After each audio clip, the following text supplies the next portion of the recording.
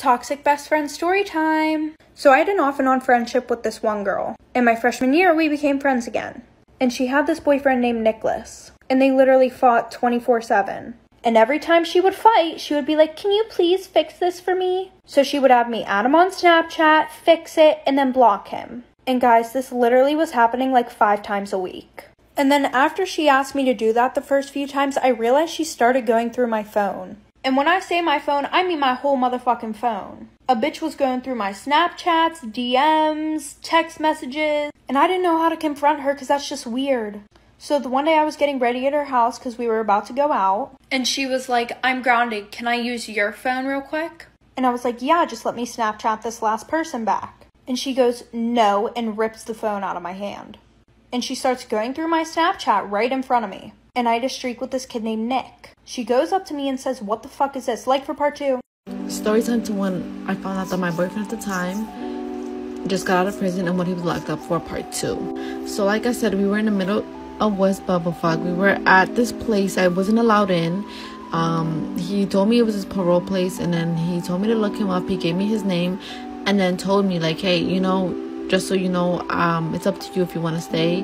Once I come back outside and you're gone, and I know what happened, and if you stay, then you stay, and just read the article, and you know. So like I said, he was inside. I started reading the article. I started crying because I was confused. And then when I saw what happened, guys, he was locked up for murder, 5 to 6 years, I think. I'm not sure, I don't remember, but you know, that was the past. We don't talk anymore. It's been like 6, 7 years, 5 years. I don't even remember exactly how long, but I wish him nothing but the best.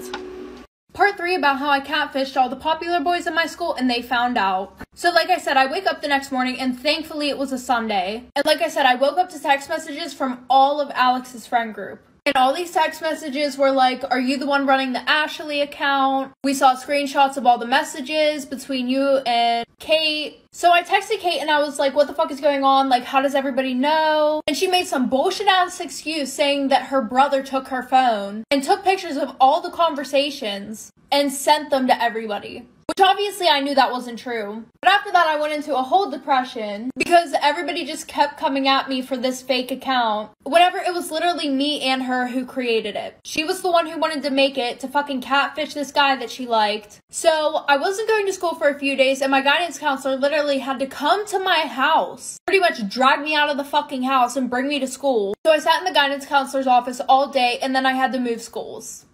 If anyone's wanting to know how to get revenge on someone who spread rumors about you, listen to this story and it may come in handy. So I had a friend that we can call Miranda who was obsessed with me. I was genuinely friends with her, but she would never give me a break. I could not get a breather from her at any point in time. Everywhere I went, she went. And this girl would actually get so upset with me anytime I would go over to another friend's house. I knew she was really insecure and just trying to get attention, so I tried to be patient with her. However, one day I just could not take it anymore. I got into a massive fight with her over how overprotective she is. I literally said, you are a stage 5 clinger. And in response, this girl ended up joining my basketball and softball team, which I've been on for forever. She told her mom that I was bullying her, which was a complete lie, but then her mom went to the coaches. She got me kicked off the team and then continued to spread rumors about me. I ended up losing my best friends and even my boyfriend over the rumors that she spread about me. So that's when I decided to get revenge. So I decided that I was going to send her over an apology gift with makeup in it, which was a mix of drugstore items and poison ivy.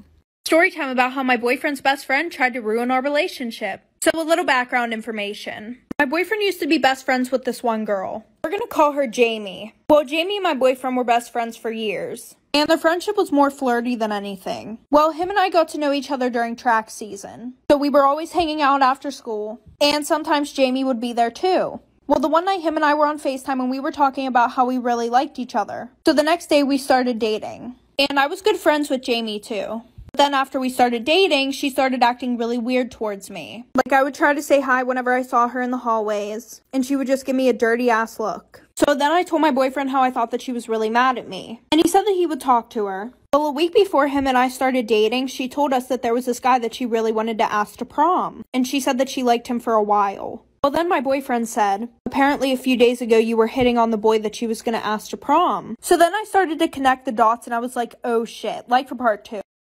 Story time! So yesterday my friends and I all went to the fair and there were 6 of us in total.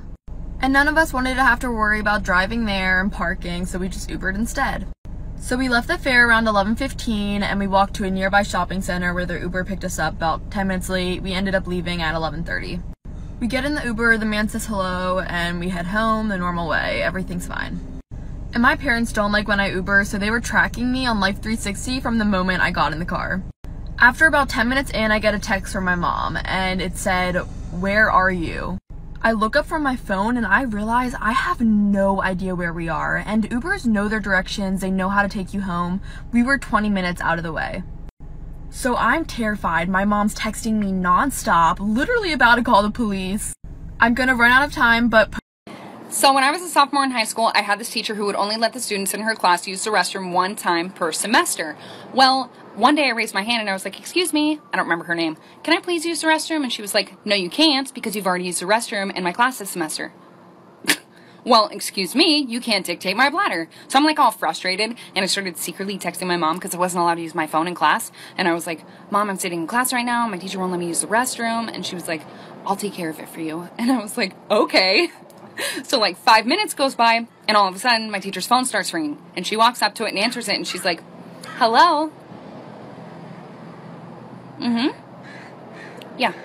Okay, thank you." And then she walks up to me like so angry, and she like slams the pass on my desk, and she was like, "Since you have to go that bad." And I was like, "Yeah, I really do, thanks." And I got up and left. I didn't even have to go to the bathroom. It was just the principle of it. I just roamed the halls.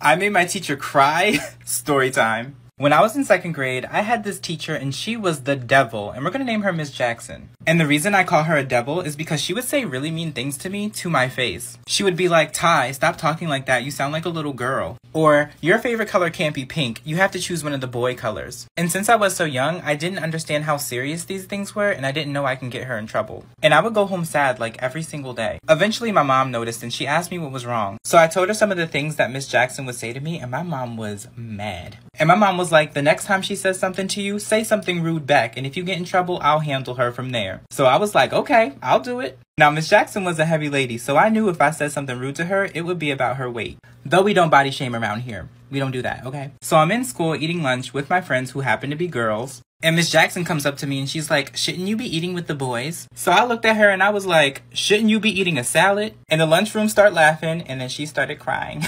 Part 3 about the worst night of my life. So before she points the knife at me, she had been in the kitchen, right? So I went to go and sneak out the door. That's whenever she ran over, ripped the knife out of the door, and pointed it right at me. And she's like screaming a bunch of shit at me. And she's like, "Oh, what, are you gonna tell your dad that I pointed a knife at you?" And I told her, "Yeah, like, what the fuck do you mean? Am I not gonna tell him?" So at this point, she tries to take my phone. I told her, "No, you're not taking my phone." And at this time, my sister's also texting me and yelling at me because she had told me that I should not go to my mom's house. Probably for that exact reason. A few minutes later, she hears her boyfriend pull up. I had never met her boyfriend. Like I said, I haven't seen her in probably almost a year. As soon as she hears him pull up, she looks at me and she says, "Go out the back door." She literally hurries up, takes me to the back door, and I have to run out the back door. I don't even know where I am. My sister and stepdad were waiting at the gas station across the street, so I ran over there really quickly. And then a few things happened after that. Let me know if you guys want to...